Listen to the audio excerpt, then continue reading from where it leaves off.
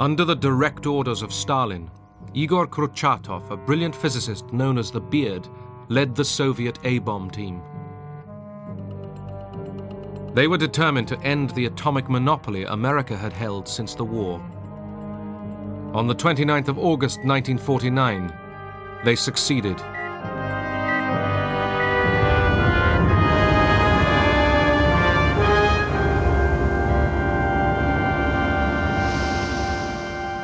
The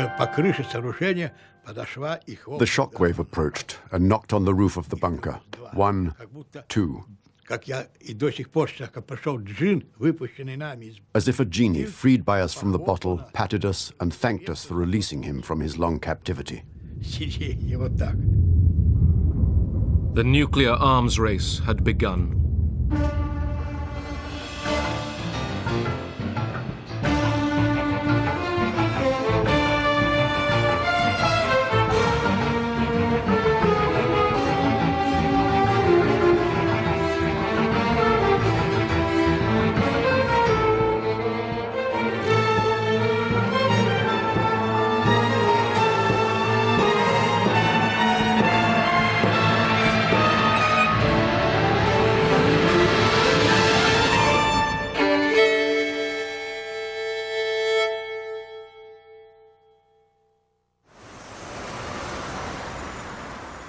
America readies itself for a nuclear attack. Times Square is its normal busy self in the last seconds before a daylight atom bomb drill. The siren's wail sends New York's inhabitants to shelter. All buses, taxis, and autos discharge their passengers, who are guided by wardens to shelters. Movement is rapid but orderly. Housewives draw shades and turn off gas before proceeding to shelter zones in their own buildings. New York's subways provide most of the public shelters. Times Square is deserted 2 minutes after the alert. The speed with which the Soviets had produced an atomic bomb astonished America. I think what surprised us was that, considering the devastation which had taken place in the Soviet Union as a result of World War II, we didn't think they would be able to amass the necessary infrastructure to develop the bomb, but they certainly did, and they clearly were in our knicker, so to speak. More and more we learned how well they had infiltrated the whole of Manhattan Project. Some scientists working on America's first A-bomb, the Manhattan Project, believed that America should not have a monopoly on nuclear weapons. Klaus Fuchs, a German-born British citizen, was one. People used him as a babysitter. He was a very polite, very quiet individual. No idea at all that he had this dual personality or this dual endeavor. In January 1950, Fuchs was arrested in London and charged with passing atomic bomb designs to the Soviet Union. He was sentenced to 14 years for espionage.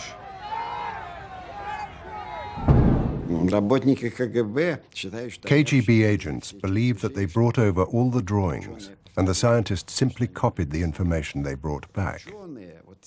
Scientists say the intelligence data was very important. The engineers were less enthusiastic. They said, so what if we had the information? How to make it, how to use it, that was not clear. The United States looked to its scientists to regain the lead. At the Los Alamos nuclear laboratories, they planned the hydrogen bomb. We thought at that time of atomic bombs as being limited in yield to approximately the yield that had been used in the war in Japan, whereas we thought of hydrogen bombs as being absolutely unlimited in what the yield could be, and more specifically, we thought of the hydrogen bombs as being 1,000 times as big as atomic bombs, just as atomic bombs had been 1,000 times bigger than the chemical bombs used in World War II. This enormous destructive power shocked Robert Oppenheimer, former leader of the Manhattan Project. He and several of his colleagues argued that such weapons put the whole world at risk. If there's another world war, this civilization may go under. We need to ask ourselves whether we're doing everything we can to avert that. America feared that if it didn't build an H-bomb, the Russians would. President Truman gave the go-ahead. The Pacific atoll of Eniwetok was chosen to be the site of the world's first thermonuclear explosion. By 1952, Operation Ivy was ready. It required a huge refrigeration system, weighed over 82 tons, and was 20 feet high. In less than a minute, you will see the most powerful explosion ever witnessed by human eyes. The blast will come out of the horizon just about there. And this is the significance of the moment. This is the first full-scale test of a hydrogen device. If the reaction goes, we're in the thermonuclear era. For the sake of all of us, and for the sake of our country, I know that you join me in wishing this expedition well. It is now 30 seconds to zero time. Put on goggles or turn away. Do not remove goggles or face burst until 10 seconds after the first light. Minus 10 seconds. 9er, 8, 7, 6, 5er, 4, 3, 2, 1, T0.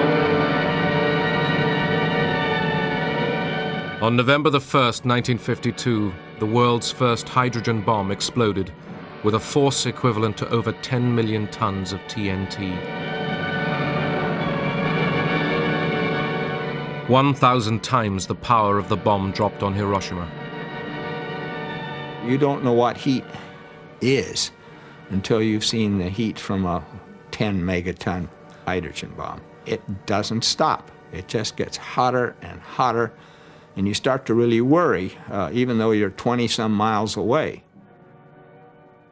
And of course, the whole island disappeared too, which was subsequently very impressive. And the whole lagoon was just sort of a milky white.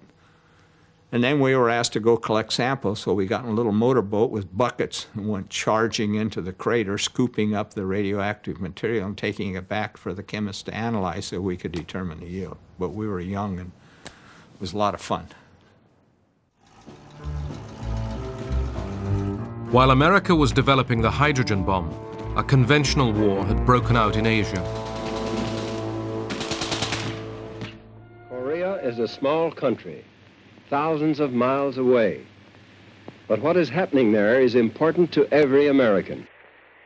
The fact that communist forces have invaded Korea is a warning that there may be similar acts of aggression in other parts of the world. Congress approved a $40 billion increase in the defense budget. Truman, reluctant to use nuclear weapons again in Asia, fought the communists in Korea with conventional weapons.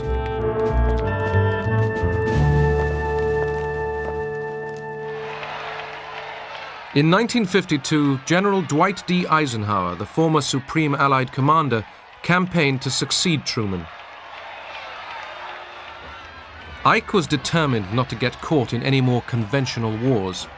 Better, he thought, to threaten the use of America's growing nuclear arsenal to deter its enemies. Besides, you got more bang for your buck. Moscow was warned that any further aggression could involve massive retaliation. By 1954, Russia was changing. Stalin was dead, and a struggle for power was taking place between Nikita Khrushchev and Georgy Malenkov.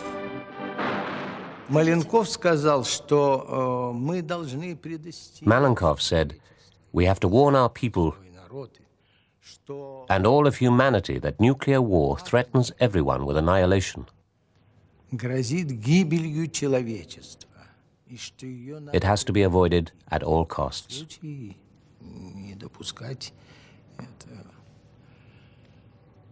Вот и But Khrushchev saw this as an attempt to disarm and weaken the Soviet people. Later that year, the Soviet leadership witnessed a demonstration of their nuclear power. Атомная бомба сброшена.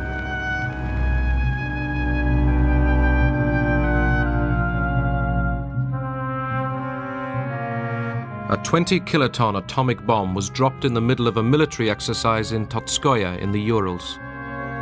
Внимание! Идет ударная волна.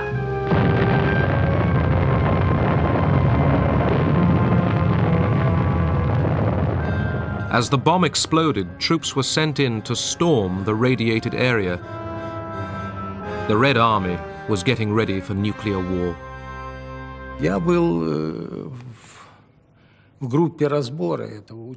I was a member of the assessment team for that exercise. I remember very well how Marshal Bulganin, the Minister of Defense, stated that nuclear weapons were not as frightening as we had been warned by the imperialists.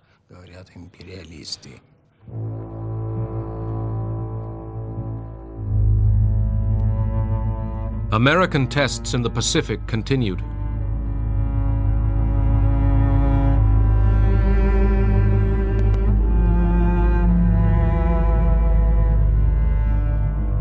In 1954, shrimp was expected to explode with a force of about 5 megatons, but the calculations were wrong.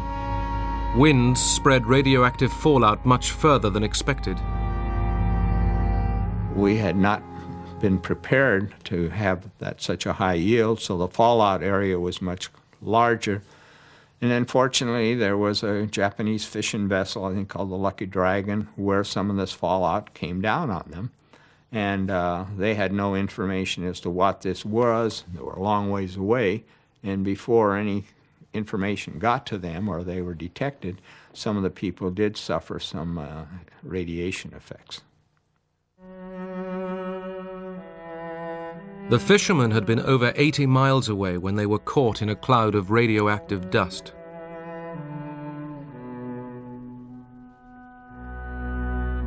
Once again, the Japanese have been poisoned by ashes of death, reported one Tokyo newspaper. All 23 crewmen fell ill. One died. I thought it was unfortunate that human beings had been affected, but people get hurt in all sorts of things all the time. I don't see why the public reaction was quite so strong, although the media has a tremendous effect on the public reaction. But it wasn't just the media. A former Los Alamos scientist was worried too.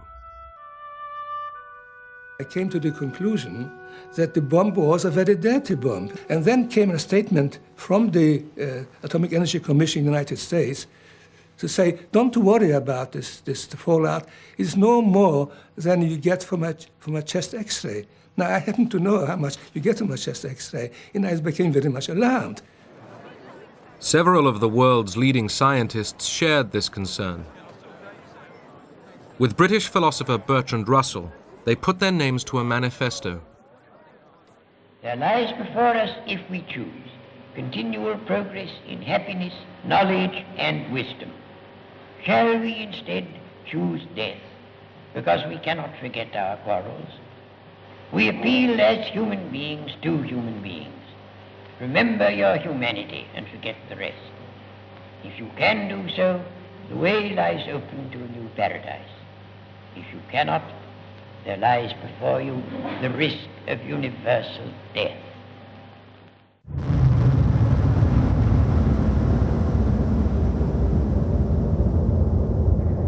In 1955, Russia dropped the world's first airborne H-bomb.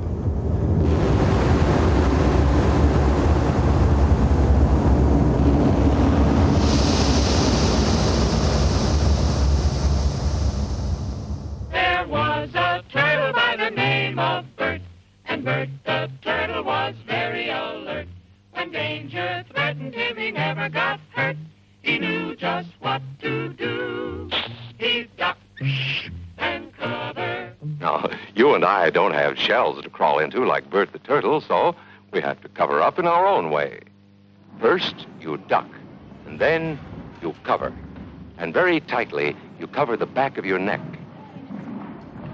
We would get under our desks and stay there until we were told to come out. Or in some cases, in some of the classrooms, we had coat rooms off to the side of each classroom, and we'd walk through and we'd get our coat and we'd go out into the hallways and we would literally duck down facing against the wall. Remember what to do, friends. Now tell me right out loud. What are you supposed to do when you see the flash? In that way, we thought we were protecting ourselves from the bombs and from any damage that would be done to us. We felt totally secure and protected. Bomb shelters, building bomb shelters in the backyard. It was certainly something we saw a lot in magazines and this connotation that this was happening somewhere in suburbia USA. I do remember thinking of places in our homes where these enemy people, these Russians, would never ever find us, and we would again be, of course, very safe forever. В 50-е годы, конечно, у нас... In the 1950s, it didn't even cross our minds that the Americans were frightened of a Soviet invasion. We thought they knew we only had peaceful aims, that all we wanted was to live in peace. We wanted to rebuild our country. We had our 5-year plans. Nowhere was it written that we wanted to invade anybody. We thought that we had something to be frightened of because they were capitalists, and that was something terrible for us. We believed that they sucked the blood of the workers. It didn't even cross our minds that the Americans were scared of us. In the summer of 1955, the major powers convened in Geneva. The Russian delegation was led by Marshal Bulganin and Nikita Khrushchev.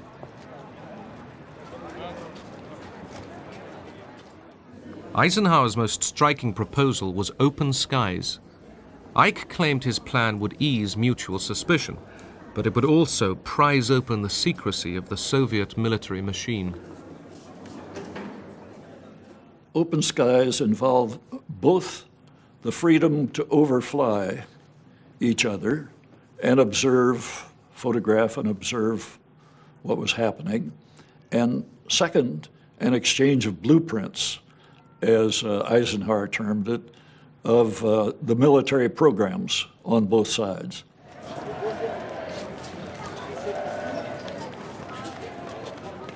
We broke up for tea shortly after that, and as we were standing there, Khrushchev came walking up to Eisenhower, sidling up in his way of walking, and said, "Niet, niet, niet. You're simply trying to look into our bedrooms."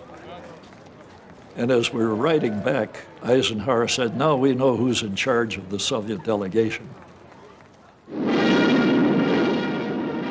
Later that year at the Moscow Air Show, the Soviets allowed the West to see their new jet bombers, codenamed Bison.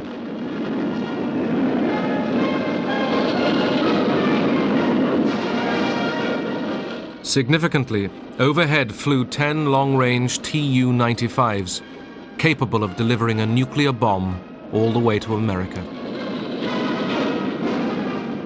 Для американцев появление до десятка. For the Americans, seeing 10 planes capable of reaching the United States was a shock. На территории Соединенных Штатов Америки, естественно, было шоком. До этого считалось, что At that time, баллистических ракет еще не было. in the absence of ballistic missiles, they supposed that the Soviet Union didn't have any means of delivery to America. США Советский Союз не имеет.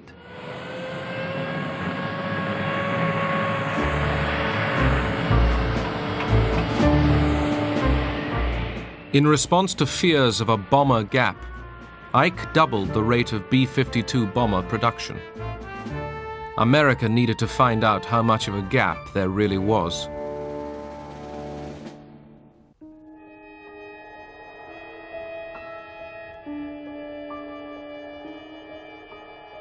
In California, the Raps were coming off a secret photographic reconnaissance plane. It was designed to fly at 70,000 feet, out of range of fighter planes and anti-aircraft missiles. The U-2. Controlled by the CIA, these long flights across Soviet territory posed obvious risks, but the information they might bring would be vital. Ike took the gamble. One of the flights I was on, I came across the Saratov Engels airfield, and much to my surprise and joy, it was loaded with Bison bombers. I knew right then that I had found that there was a bomber gap, that this had to be the most important picture ever taken by a reconnaissance pilot. I just, I kind of expected Congressional Medals of Honor when I landed. However, it turned out that what I'd taken a picture of was not just a portion of the entire Russian Air Force bomber fleet, but in fact I'd taken a picture of the entire Russian bomber fleet, and there really was no bomber gap. They were all on that airfield at the same time. Khrushchev, around that period, came to the conclusion that missiles were the weapons of the future, and that warships were getting obsolete, bombers were getting obsolete, that we should concentrate everything on missiles, and as he said somewhere, that we are on the point of producing missiles like sausages. Engineers from all over the Soviet Union had been arriving in the harsh Kazakhstan desert to build the top-secret rocket base of Baikonur.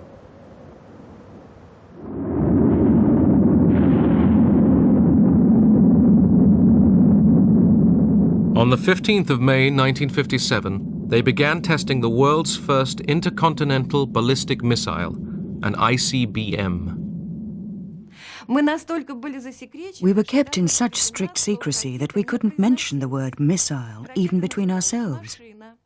It was called the mechanism, the product. We called it our dear one. That romanticism, it helped us to live, to keep going. Building missiles was just one step. The next would surprise the whole world.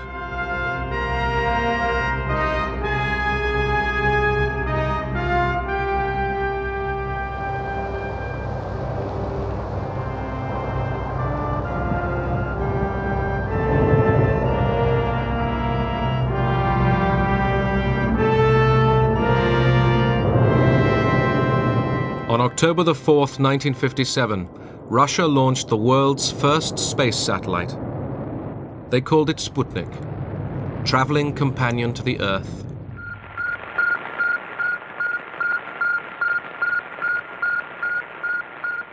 Americans took for granted that theirs was the richest and most technically advanced nation in the world.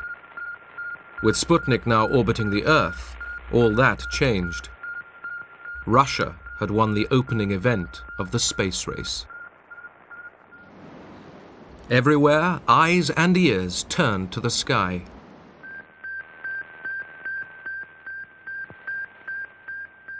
I did have a World War II surplus piece of equipment out in our garage that had been out there for some time unused. It was too heavy to bring into the house.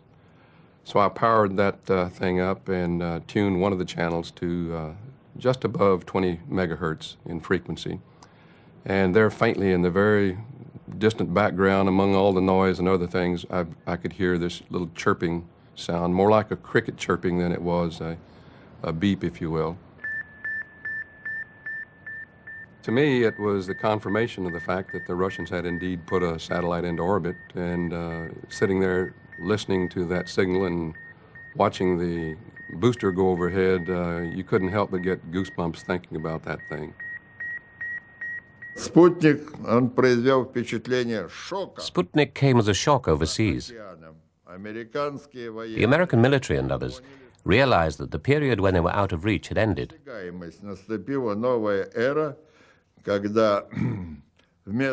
new era had begun when, instead of a Sputnik, a nuclear weapon could not merely circle the Earth, but land where it was ordered to.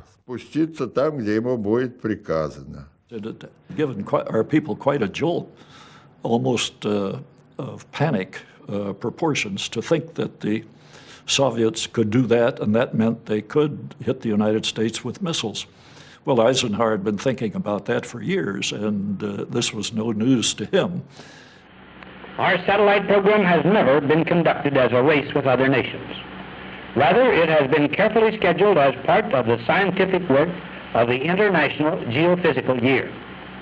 I consider our country's satellite program to be well designed and properly scheduled to achieve the scientific purposes for which it was initiated.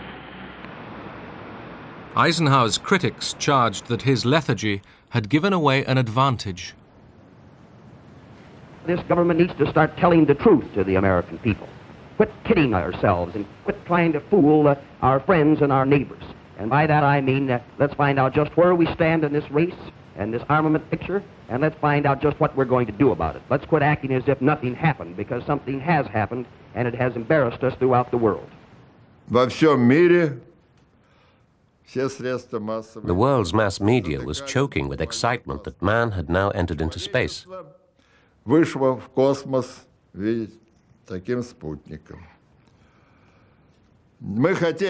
would like to have had some rest. But one must give credit to Khrushchev.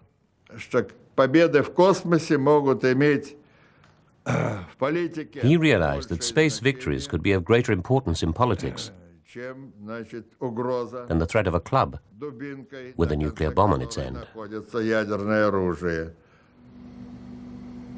Within a month, Russia was ready with Sputnik 2. This time, it carried a passenger, Laika, the dog. American public opinion was split between fear of Soviet missiles and worries about the safety of the dog they called Curly. We can only pray in this time of aloneness and suffering for Curly that God will be merciful and speed the end.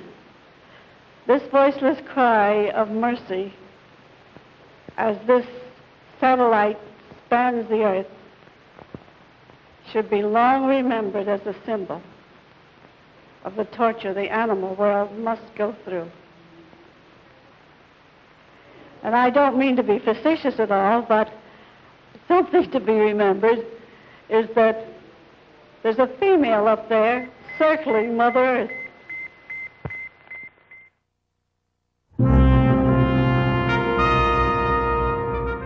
To catch up with the Russians, America pushed its own satellite project forward. The Army and the Air Force were very eager to put up a satellite. Eisenhower was dubious about their proposals and decided to call on the Navy to produce a new satellite called the Vanguard to carry this out for peaceful civilian purposes only. And so at the sunrise hour of the launching day, the U.S. scientists realize the world is watching and waiting. Success or failure will bring equal headlines. That is one price of greatness. And the Americans who sweat this one out at Cape Canaveral know their fledgling is on the spot.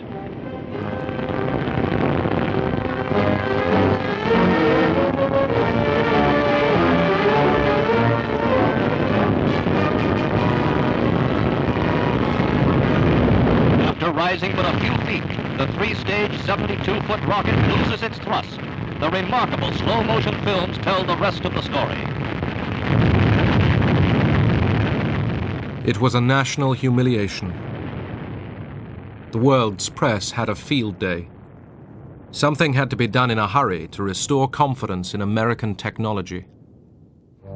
To the rescue came a former German rocket scientist, Werner von Braun. His team had been working on a military missile known as the Redstone. Hurriedly, the Explorer satellite was fitted to it.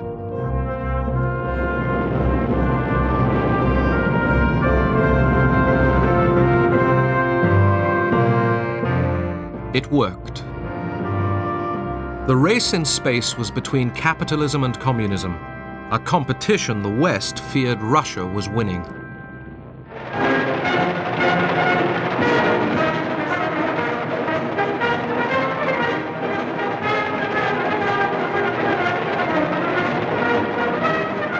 Russia was bursting with pride and celebrated its new scientific heroes. America, determined to catch up, turned to youth. Too few students had been taking science and engineering. Too many had followed softer courses. The National Defense Education Act was passed. As a result, my ex-husband became an engineer, my brother became an engineer. Most of the people that I knew in my small environment went to become engineers. After they did that, they went into other things, but we're all sort of conditioned to think we should definitely, this is what we need to do. In 1959, Vice President Richard Nixon opened the American National Exhibition in Moscow. He tried to impress Khrushchev with America's advances in color television. There are some instances where you may be ahead of us. For example, in the development of the thrust of your rockets for the investigation of outer space. There may be some instances, for example, color television, where we're ahead of you. But in order for both of us to benefit, you see, you never concede anything.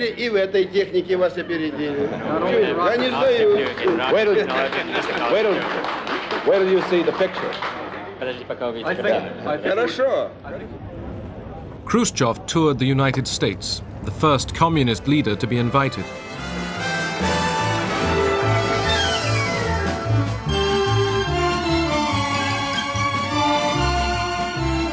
In Hollywood, the stars turned out to entertain him.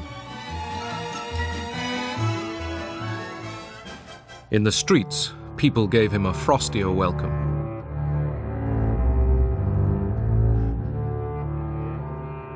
The last few days of the visit he spent with Eisenhower at Camp David. Both said they were ready to slow down the arms race. It was difficult for Eisenhower to argue for restraint. The American people were convinced that the missile gap favored Russia. Ike was questioning how much of a gap there really was. U-2 spy planes had been searching for missiles. Few had been found. We needed the information the U-2 was bringing back because the Russians were so secretive, the largest country in the world, with no tourists, no nothing. I mean, we needed some special means for finding out. Pilot Gary Powers was selected for one of the longest and most dangerous spy missions ever flown. He would take off from Pakistan and fly north right across Russia. His route would take him over new and improved Soviet anti-aircraft defenses. As soon as the U-2 entered Soviet territory, Russian radar tracked its progress.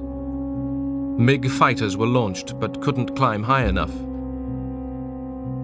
The order was given to fire new S-75 missiles.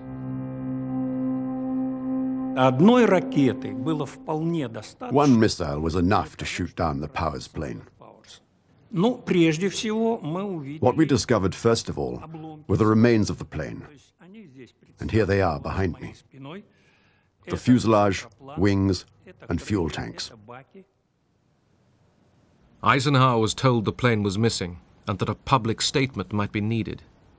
I reminded him that we had a cover story that we would use, that the plane was a high-altitude weather plane, and it must have been off course and so on.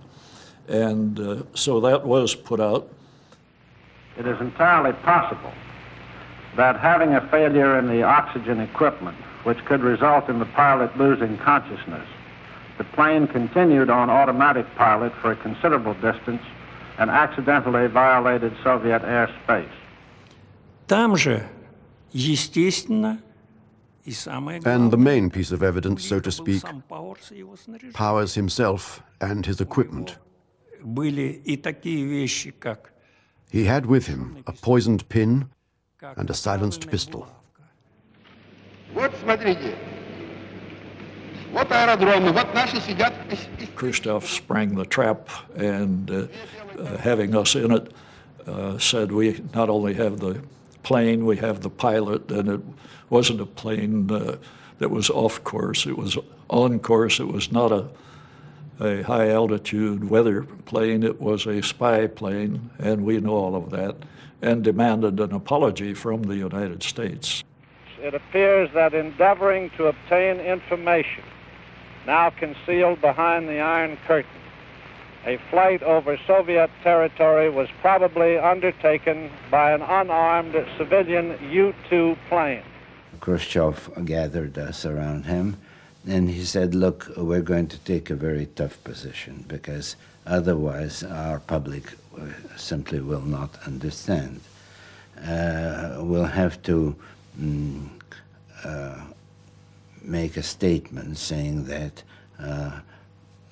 the president should apologize, should punish those responsible for those flights, and should say that they will not be repeated any longer. 2 weeks after the shoot-down at the long-awaited Paris summit, Khrushchev, furious that Eisenhower wouldn't apologize, stormed out.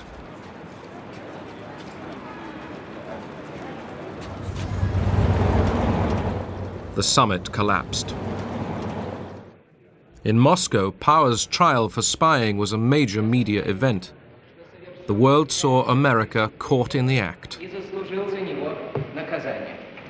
I ask the court to weigh all the evidence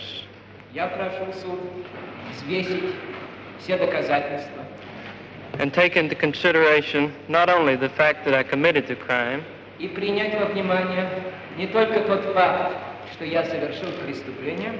but also the circumstances which led me to do so.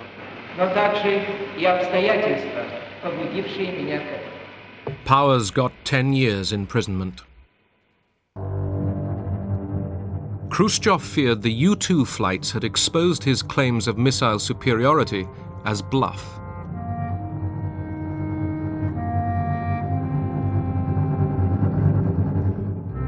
At the secret Baikonur Cosmodrome, engineers were testing a new ICBM. In charge was Marshal Nadilin. There was a rush to create a new missile. Orders are orders. Everybody worked on orders. Particularly as Nadilin kept a close eye on this work. He stayed there for a whole month watching the work. He just sat on a fold-up chair in front of the rocket and kept hurrying people. Quicker, quicker.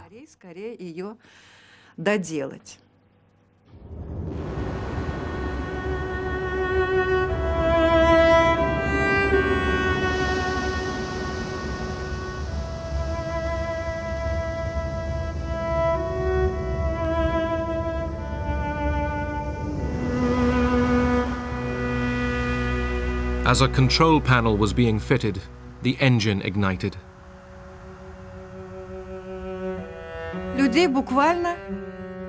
People were licked by a tongue of flame.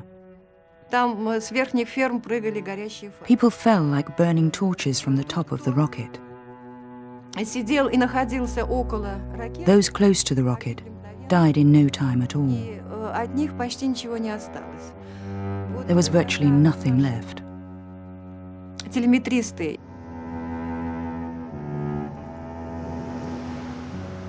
189 people died.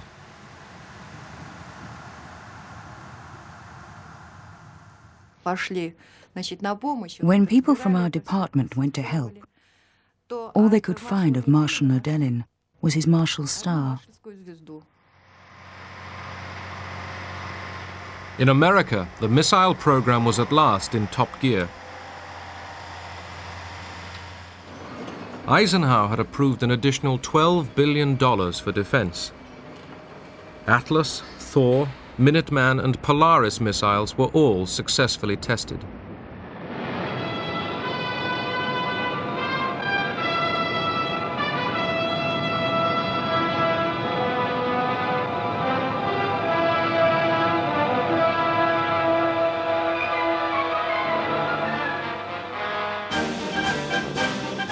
In 1961, the bands played for a new president. Throughout his election campaign, John F. Kennedy attacked the Republicans on their weak stance on communism and, in particular, for the missile gap he claimed Eisenhower had let develop. Kennedy promised that his defense experts would sort out the problem. I hardly knew the difference between a nuclear weapon and a conventional weapon. But my introduction and indoctrination was swift because a major element of the election campaign that President Kennedy had just won was the charge by the Democrats, including President Kennedy, that Eisenhower had left a missile gap, that the Soviets had been permitted by inaction on the part of the U.S. to build up a superior nuclear missile force. So clearly, my first responsibility as Secretary of Defense was to determine the degree of the gap and initiate action to close it. And it took us about 3 weeks to determine, yes, there was a gap, but the gap was in our favor. Although behind in the missile race, Russia still had a card to play: Yuri Gagarin. From about 5 o'clock in the morning, I kept thinking, now they're waking him up. Now he's getting dressed, being fed. Now he's getting on the bus on his way to the launch pad.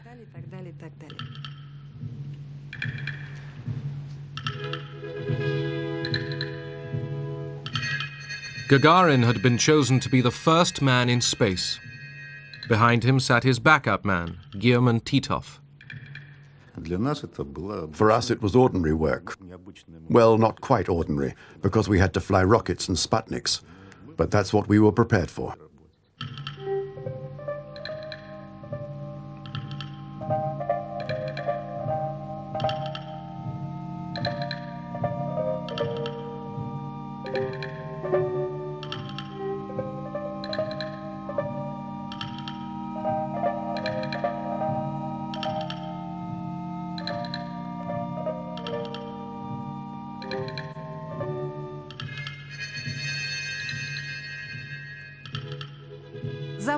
We could see the launch very well. At first, our dear one started rocking very slightly. Then, whoosh, off it went, up into the sky. It was incredibly beautiful, particularly for us who'd given so much of themselves to the project.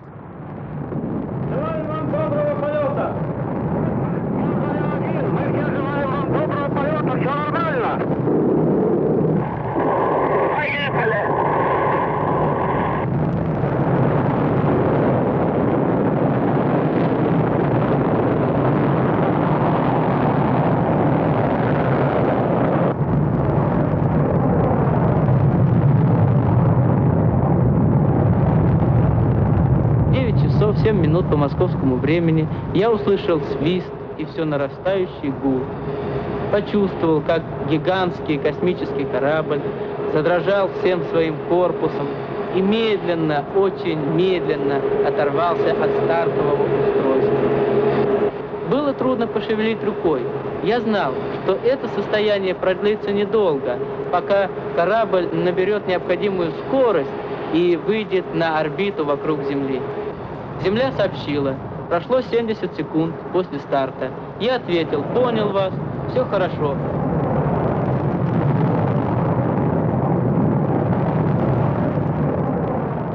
Gagarin circled the Earth.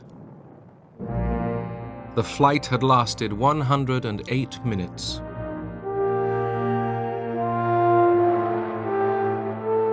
He arrived back to a hero's welcome.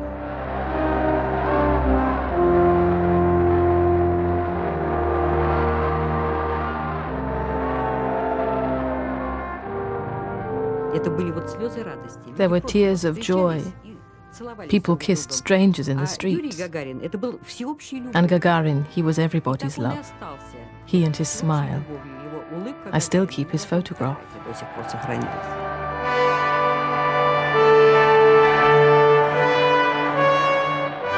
His achievement delighted every Russian and the world.